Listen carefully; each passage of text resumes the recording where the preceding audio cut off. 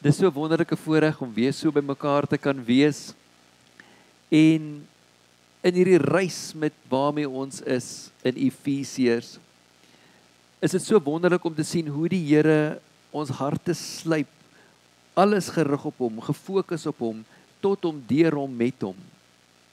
En in hierdie reis waar ons nou mee besig is in Efesiërs, ons het nou gekom met ons hele verhouding met man en vrou, Christus die kerk, families, in die werksplek, en vandag wil ons stil staan met hierdie een woordjie, geld.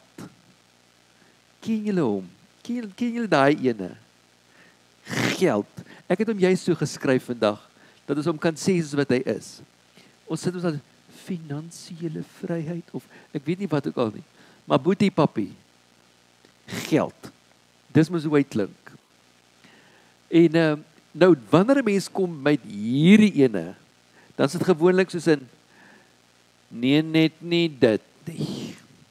Enige iets behalwe dit. Weet u dat 2350 verse in die Bybel, net, kyk daar gryp Henning sy foon, hy gaan nou kyk ChatGPT, is dit die waarheid? Ek hoop dis die waarheid. Crown Financial Ministries het hierdie statistieke vir my gegee, so sit dit net in asseblief Henning hoor.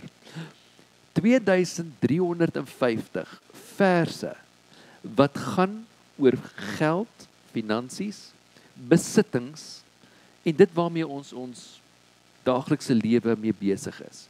So as 2350 vers daaroor gaan en omtrent 16 van Jesus se gelykenisse gaan oor geld en besittings en dit waarmee ons werk. En dit is een van die onderwerpe waaroor Jesus die meeste gepraat het.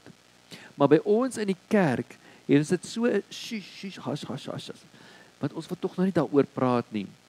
Want die dominees en die pastoor en die predikante, die heel eerste ding is ons wil hierdie geld onderwerp so ver as moontlik terugstoot, want ons wil nie die mense moet voel, heel eerste, hulle word gemanipuleer nie. Ons moet tog net nie voel dat die mense op tone getrap word nie, ensovoorts. So ons vergeestelik alles. Ons gebed, ons aanbidding, ons saamwees. Maar wanneer ons by geld kom, dan haal ons hom so een kant uit. Want dit is 'n persoonlike saak. Is dit nie? Ons gaan by al die ander goeie gesê, maar moet net nie met my kom praat oor geld nie. Nou in hierdie 2,5 jaar wat ek hier is, het ons nog glad nie oor geld gepraat nie. Maar ek kan vir nou vir u sê, waar word jy gesê, ons het vandag oor geld gepraat in my kerk. Dit is hoe ons amper ingestel is. Nie jongens, praat net oor geld in die kerk.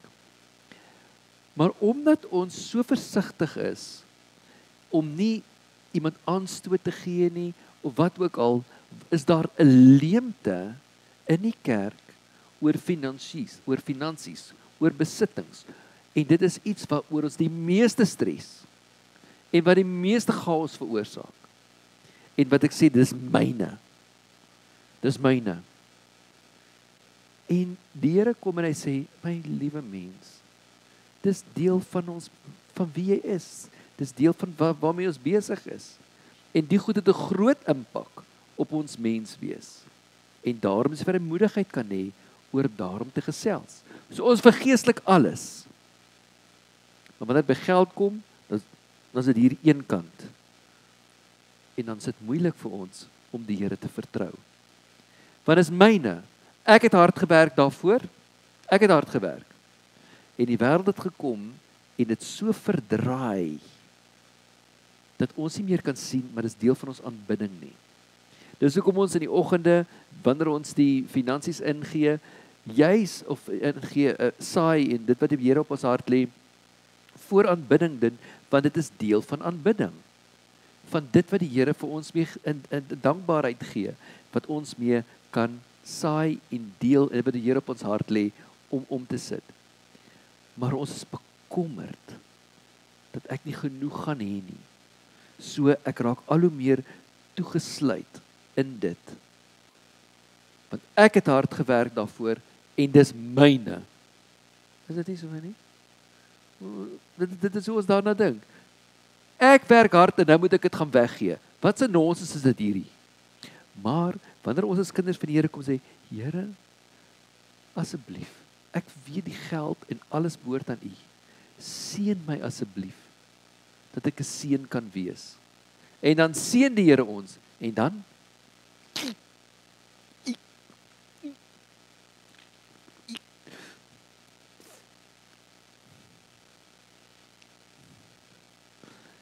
ek het 'n deal met die Here gehad. Here, my beste in my beursie behoort aan U. So wanneer ek in die kerk aangekom het, en wat ook al, as daar $200 in die beursie is, dan is dit U sin, vir die offerande die dag. En so daar was nou my deal, wat ook al, die beste in my beursie, is U sin. En een keer, ek het 'n troue kom doen in Namibië, en ons is op vakansie, maar ek het gekommit vir die troue, en toe het ek nou teruggekom, maar toe het ek nou lift gekry saam met mense, en die vakansiegeld was die vrou en kinders, en ek het $100 in my beursie. So nou kom ek in die mense, ek het dan $100, so dit gaan die ding doen, ons kan ons ietsie koop op die pad, en vir die mense, en toe het ons nou genoeg padkos ingepak en alles, en ek kom toe in Windhoek aan met my $100 in die beursie, so ek spaar nou vir die teruggaan. En daai aand doen ek die troue, en die volgende dag is ek in die kerk, en toe ek die beursie oopmaak. Here, maar ek moet nou terug in die Kaap kom saam met hierdie mense, en ek wil ten minste 'n koeldrankie koop, of iets koop langs die pad, of iets van die aard. Ek het $100. Here, my beste in my beursie is U sin. Julle, maar ek gooi daai $100 met 'n swaar hart in daai offerande daai dag. Ek sê, Here, dankie. Ja, ek wou hoor, daai bakkie wat hy by kom was dit tempting om change te vat daarso. Net klein geld vir oggend. En dus terugry, gelukkig was daar nog goed in die huis, en goed wat ek ingepak het, en terug, en ons het maar min gedrink en geëet, en alles was in die kar, so, dit was wonderlik geweest. Maar toe kry ek 'n koevertjie van die mense wie ek die troue gedoen het. Ag, julle, toe is dit dubbel van wat ek toe nou teruggekry het, maar weer eens nou gesê, ja, maar nou gee jy om terug te kry. Nee. Ek het nie gegee om terug te kry, maar dit was God se voorsiening wat ek beleef het op daai oomblik. Want dit is iets in my en die Here, waar hy sê, ek sal na jou kyk, moenie bekommerd wees nie.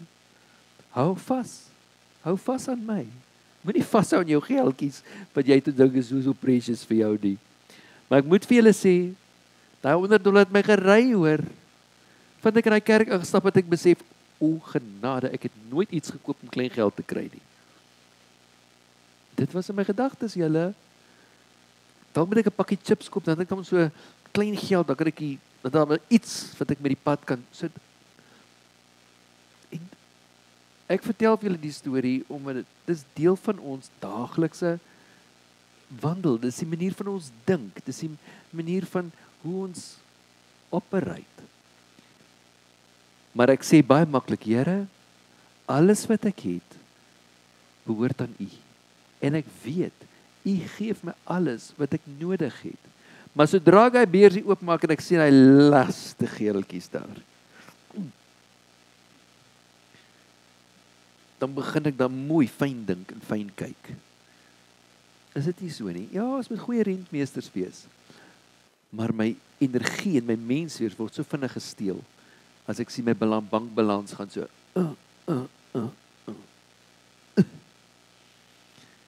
So ek het vir Henny gevra vanoggend, om bietjie saam met ons te kom gesels oor dit, die pad wat die Here al met hom gestap het.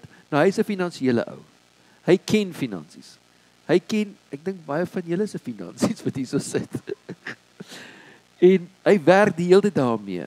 En dis regtig iets wat die Here hom kom vrymaak het, en regtig sy beginsels in sy hart kom plant het. So dan het ek gevra dat Henny vanoggend 'n bietjie iets met ons deel. Dankie, brother.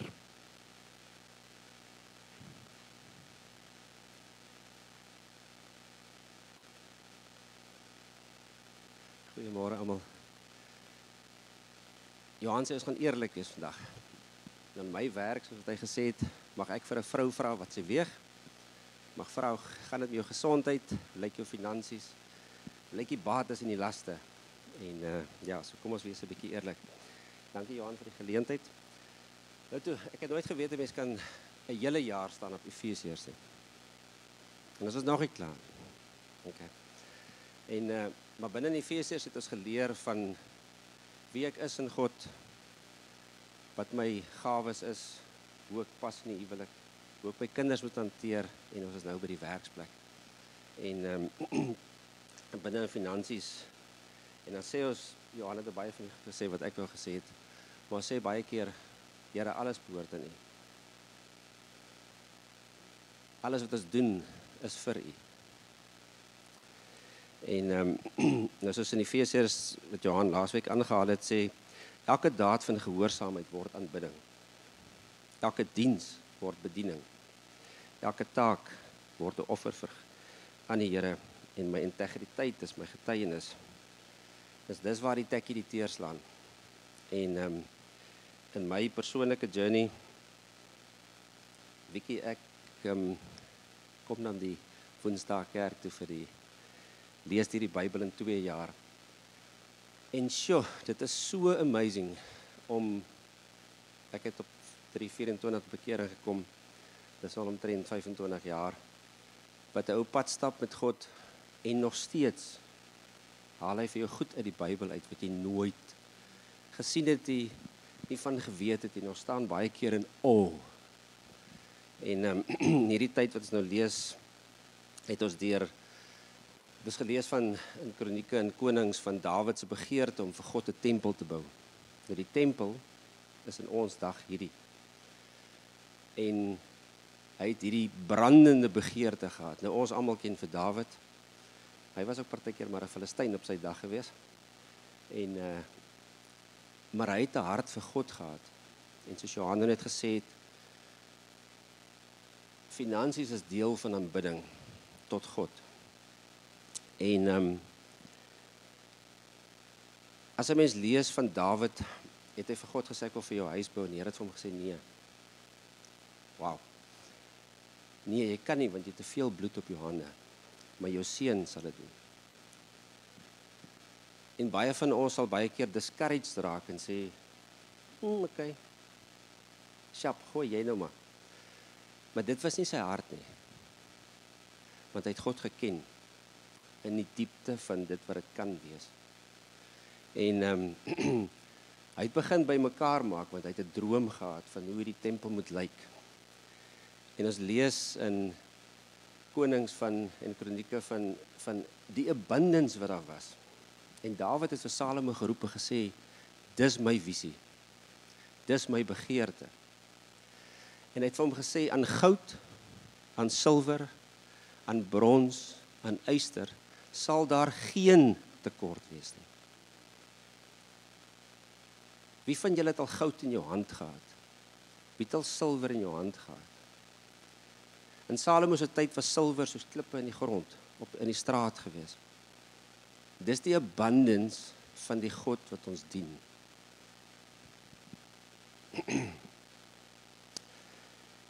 Daar was oorvloed, wat ons nie kan beskryf en kan dink nie.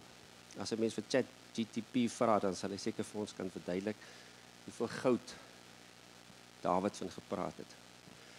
Dawid het sy leierskap ingeroep en vir hulle gesê, dis my visie, dis wat gaan gebeur. En elkeen van hulle het gekom en gesê, maar ons klim in hierdie visie, en hulle het ook gebring. En hulle het kom deel dit wat hulle gehad het.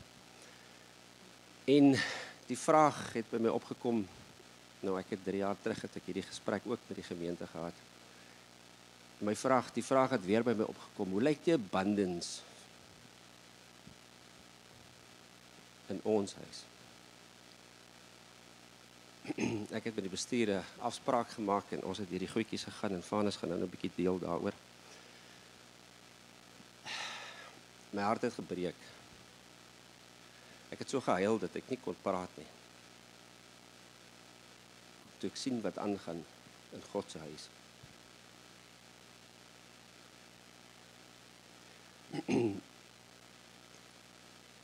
Waar is die abundance wat ons van lees en praat in die Bybel? Wat ons oor sing?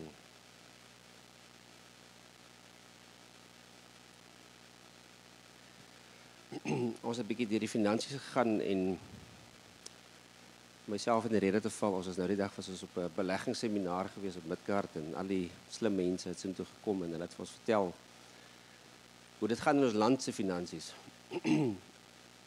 En 'n groot skok vir my. Ons is 3 miljoen mense in hierdie land. En raai wat? Daar's 114,000 mense wat belasting betaal. Dis minder as 5%. 3 miljoen mense, 1,6 miljoen daarvan kan werk, bedoelende uit die skool uit en nog nie afgetrede. Van die 3 miljoen mense is daar 114,000 mense wat belasting betaal. En waar kla ons altyd? Die government het die geld nie. Waar kom die government se geld vandaan? Waar kom die kerk se geld vandaan? Waar kom hierdie huis sin vandaan? As vir ons sê, ons is deel van 'n familie, as jou naam op hy lys daar voor staan in die kerk, dan beteken dit jy moet eienaarskap neem van dit wat dit is. Ons het 'n verantwoordelikheid teenoor die huis van God. En God lê vir ons beginsels neer in die Bybel in terme van daai klas van goeder. Nou baie mense het opinies. In ons bedryf en my maatskappy waar ek werk, het ons baie keer 'n opinie van wat 'n wet sê en dan sal die konkurrent presies die teenoorgestelde sê. Want presies dieselfde wet. En toe ons deur die finansies gegaan het, toe staan tussen 20 tot 40 mense in hierdie gemeente met 'n bywoning van tussen 250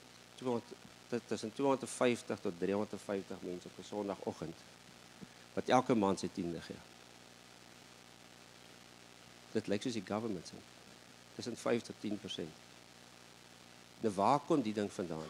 Waar kom 10des vandaan? Hoekom het ek 'n verantwoordelikheid daaroor? Ons lees in die Bybel het die wet in Exodus eers gekom. Exodus 20 het God die wet aan die volk gegee, aan Moses gegee op die berg. Maar ons lees in Genesis 14, dis die begin van die Bybel. Lees ons al waar Abraham vir God gesê het, ek sal 'n 10de van alles wat ek het, sal ek vir jou gee.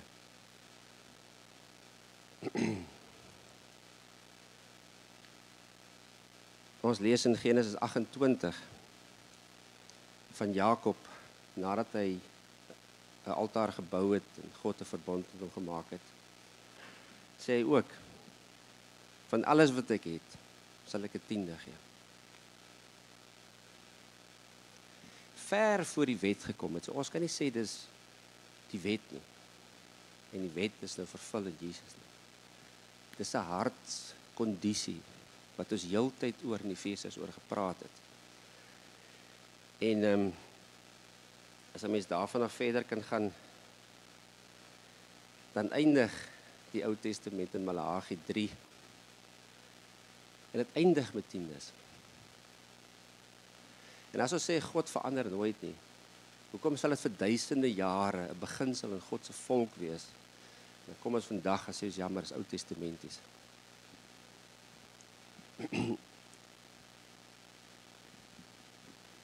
In Maleagi 3 vers 10 lees ons, bring die hele 10de na die skatkis, sodat daar spys in my huis kan wees. En beproef my hierin, sê die Here, van die leerskare, of ek vir julle nie die vensters van die hemel sal oopmaak en op julle oorvloedige seën sal uitstort.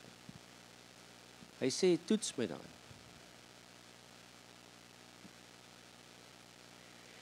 Nou baie keer verwar ons 10des en offerandes.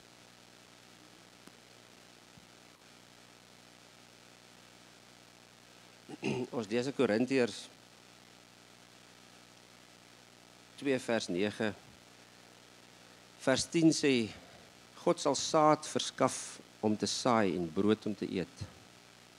Hy sal ook in julle saad gee en dit groei en julle vrygewigheid en ryk oes laat oplewe. Hy maak julle altyd en alles ryk genoeg om in elke geleentheid vrywilliglik te kan gee. Dan vra ons baie keer, julle maar ek saai. Waar is die oesland? Het hy afgebrand soos hier Tosha Panne? Maar ons vergeet wat in Malagi staan.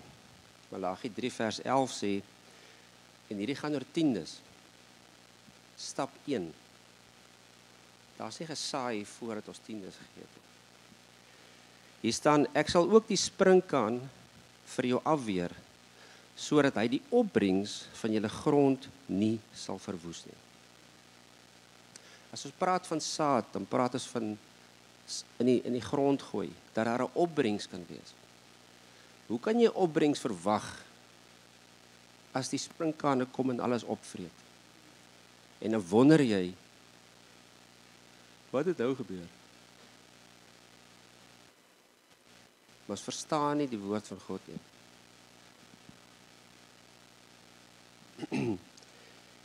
Nou, dit is maklik om sulke goeders te praat, en baie kan sê, ja, maar Jessie, van waar hy my gevat het, en waar hy my gebring het vandag. Nou, abundance en oorvloed is vir ons elkeen 'n ander prentjie.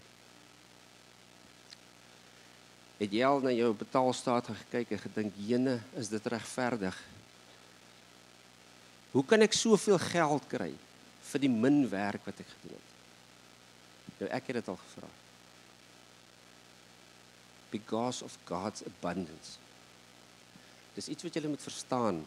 Geld, soos Johan gesê het, is 'n touchy subject. Ek kry party kliënte, hy wil nie sy payslip vir my wys want hy weet hy pay te veel.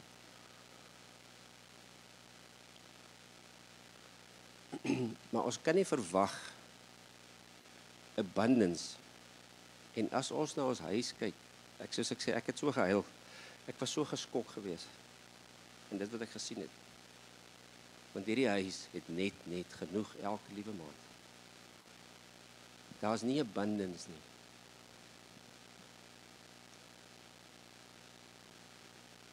Hoekom? Ons lees in Haggai 1 vers 5 tot 6. Daarom, so sê die Here van die Here die Almagtige, neem ter harte wat met julle gebeur. Luister mooi. Neem ter harte wat met julle gebeur. Julle het baie gesaai, maar min geoes. Julle het geëet, maar nie genoeg gekry nie. Julle het gedrink, maar dors gebly. Julle het klere aangetrek, maar nie warm geword nie. Julle is soos 'n dagloner wat sy loon in 'n stikkende beursie sit. Daar is nooit genoeg nie. En dan vra ons osself baie keer af, hoekom nie? Die waarheid, 5 tot 10% van ons wat hier sit, dit beteken 1 uit 10,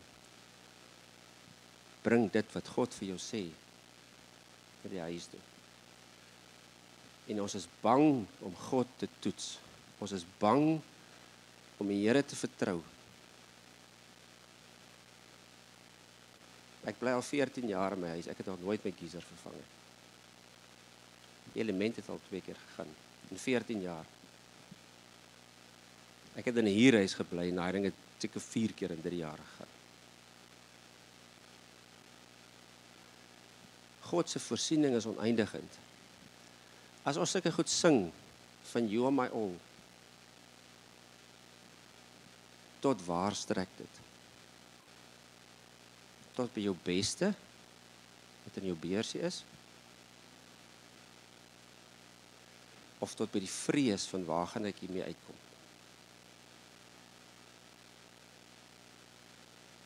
God sê in sy woord, ek sal in jou voorsien. kom ons loop uit en ons loop in geloof om dit te kan sê. Ek spreek uit 'n lewe uit waar ek 25 jaar lank nie 1 maand by 10de nie gemis het nie. Inteendeel, ons het baie keer ons gekom op 'n plek waar die Here ons geseën het, wat ons 2 keer ons 10de kon gee.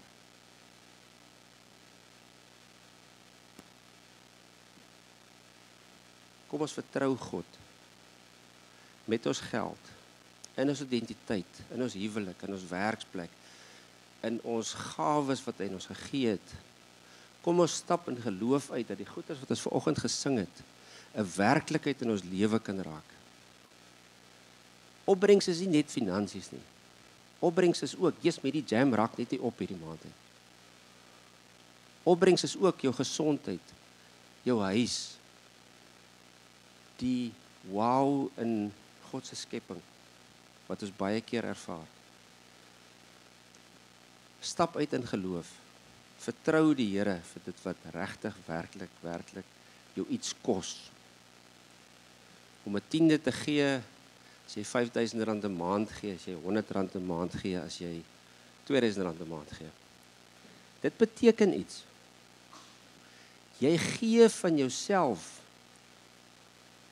meer as, of wil ek amper sê, om Woensdag aand kerk toe te kom vir 'n gebedssessie. Want daai R1,000 'n maand wat jy weggee nie, gehoorsaam is in God, beteken ek kan nie 'n iPhone op kontrak gaan koop by MTC nie. Ek kan dalk nie my kar hierdie maand so lekker vol brandstof maak, ek moet hom half vol maak. Dis opoffering, dis gee. Maar Jesus het vir ons sy alles gegee. Hy het sy lewe gegee. Gee jy net jou 10% en vertrou God op sy woord. Hy sê, toets my.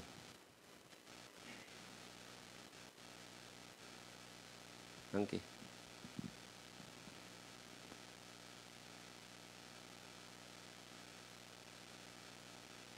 Baie dankie Henny. Ja, jy kan vir hom 'n ander klap gee. Dis nie maklik om oor hierdie goeters te praat nie, maar dit is so belangrik. Nou, 'n 10de is vir almal dieselfde, hoor. Jy mag dalk kyk en jy sê maar, daai ou se 10de, maar hy het geld om 'n 10de is 10de. As jy R10,000 'n maand verdien om 1,000 weg te gee, is taaf. As jy R100,000 'n maand verdien en jy met 10,000 weggee, vir ons klink dit is dis baie, as ek 100,000 dan gee ek 20,000 weg. As jy nie R1 van jou 10 kan weggee nie, gaan jy nie 10,000 van die 100 weggee nie. Daar is nie 'n manier nie. Ons harte is net so gewire, ons wangle hom. En dis waarom die Here gesê het, 10%. Dis 'n goeie vertrekpunt vir ons almal. Nou, ons wil graag bietjie net terugvoering gee van hoe lyk die finansies. Henny het net daarin geraak. En Stefanus gaan vanoggend vir ons, want eenmal 'n jaar moet ons terugvoering gee volgens ons konstitusie. So hier is hy nou deel van dit. Dit is nie regverdig nie. Dit te doen. OK, sien julle volgende Sondag. Mens moet lag oor die goeters, nê. Nee. Voor ek daar wil praat, wil ek hierdie vers ook deel. En dit het nou niks met geld te doen nie, maar soos ons sê alles. Romeine 15 vers 13 wat sê, dit is nou Engels. May the God of hope fill you with all joy and peace. Nee, dis tog ons God wie ons dien. God van hope and joy. Maar hoor vir u. As you trust in him. If you trust him little, you receive little hope and joy. If you trust him with everything. But then there's amper gaan ek Engels. Ek loop altyd, ek's baie taakgedrewe. Wat's die doel? Hoekom? En dan gaan God verder en hy sê, so that you may overflow with hope by the power of the Holy Spirit. Nou, hoe gaan iets oorloop? As dit wat die container is, vol is. En dis God se koninkryk, soos ons nou deur Efesiërs ook gekyk het, is, dit gaan nie oor ons nie. ons moet die Matteus 28, die koninkryk vergroot en verkondig. Maar ons moet by ons begin. Dus ons moet eers die hoop kry, sodat ons kan overflow, om vir die res van die wêreld te kan wys. Ek wil ietsie deel voor ek nou daaraan raak. Weet jy of julle gesien het, die munisipaliteit het nou nuwe rates in Texas, wat hulle uitsit met nuwe goed by, ek weet nie eintlik wat dit alles is, hè. En iets slat vir my hierdie week, waar daar staan, churches and sports clubs, moet 10% betaal, of R10, en welfare organisations R5 ietsie. En ek gaan dink, dis hoe die wêreld die kerk sien, 'n klub.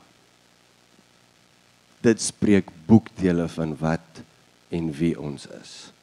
As ons die hoop met overflow vir die wêreld moet wys, en die wêreld sien 'n sportsklub, moet ons diep vragies vir onsself vra. So op daai oomblik jy nie, ek is bly dis jy.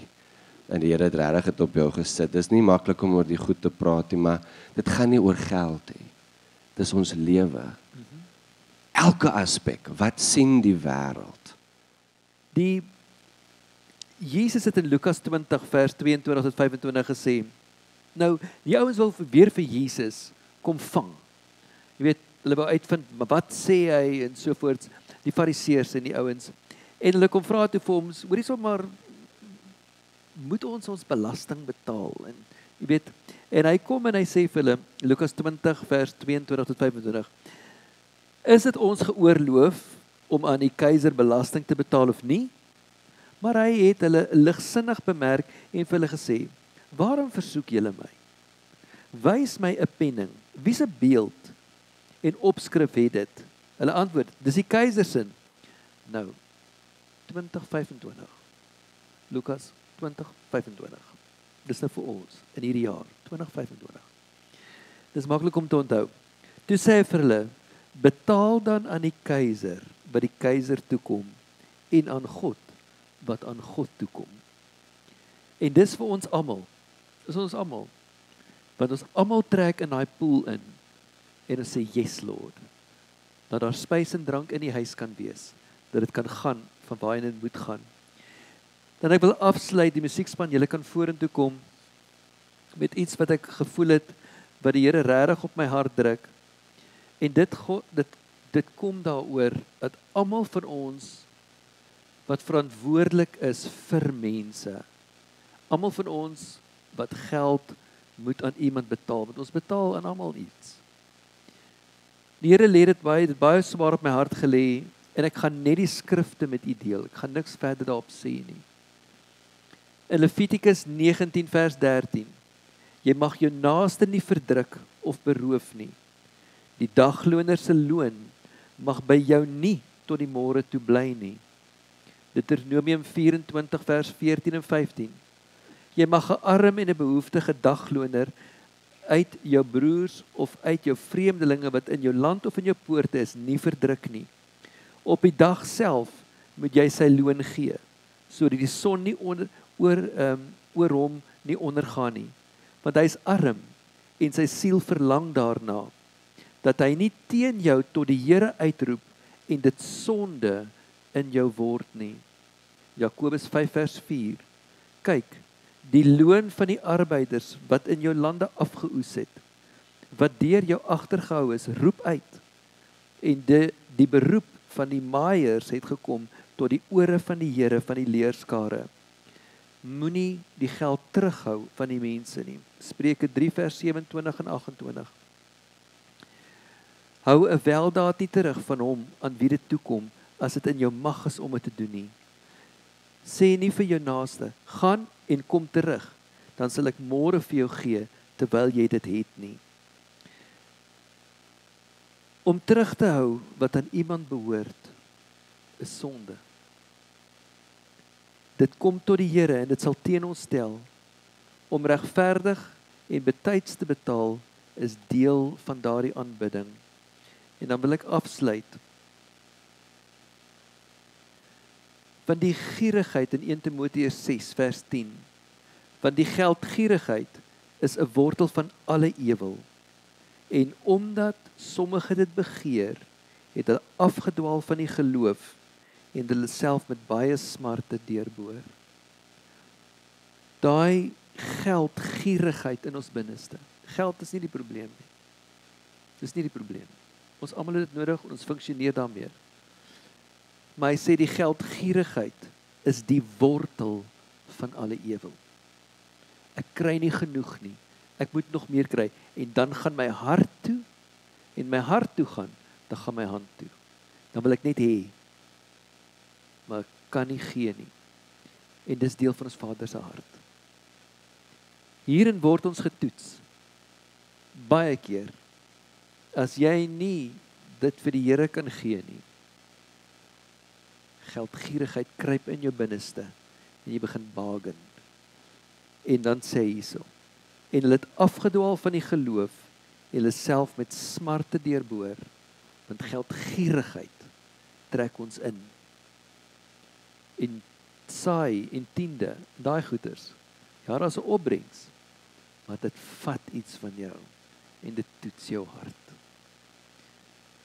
So, mag die Here ons werklik waar in ons harte die heeltyd werk, want dis daarso, dit waarmee ek myself voed, wat ek vashou en terughou, en wanneer ek laat gaan, dan kan die Here op alle vlakke van my lewe deurkom. Toets hom en vertrou hom. Dis die enigste plek waar die Bybel, waar die Here sê, toets my hieraan. Enigste plek. Kyk of ek die sluise van die hemel van jou gaan oopmaak. Kom ons vertrou die Here, vat hom op sy woord, en wandel saam met hom. Kom ons staan saam.